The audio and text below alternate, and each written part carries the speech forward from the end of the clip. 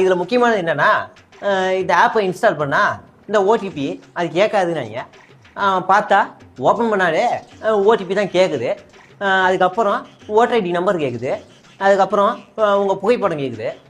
புகைப்படத்தை பொறுத்த வரைக்கும் நம்ம என்ன புகைப்படம் கொடுக்கலாம்.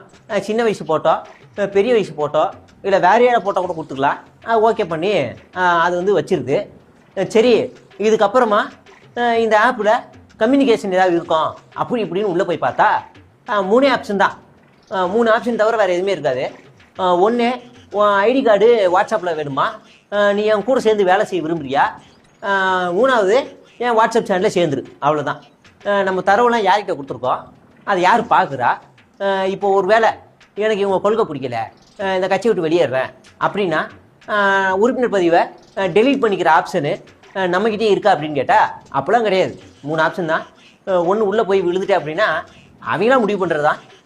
இதுதான் இந்த நிலமை. ஆனால் இந்த ஓனர் யார்? பூக்கட்சி. அப்போ இந்த தகவல்லாம் யார்கிட்ட இருக்கும்? பூக்கட்சிக்கிட்ட.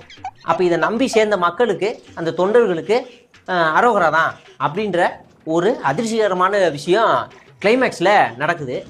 உங்களுக்கு வேறு ஆளே கிடைக்கலையா? போயும் பூக்கட்சிக்கு போய் ஆளை சேர்த்துருக்கீங்களே அப்படின்ற ஒரு கேள்வியும் வர தொடங்குது.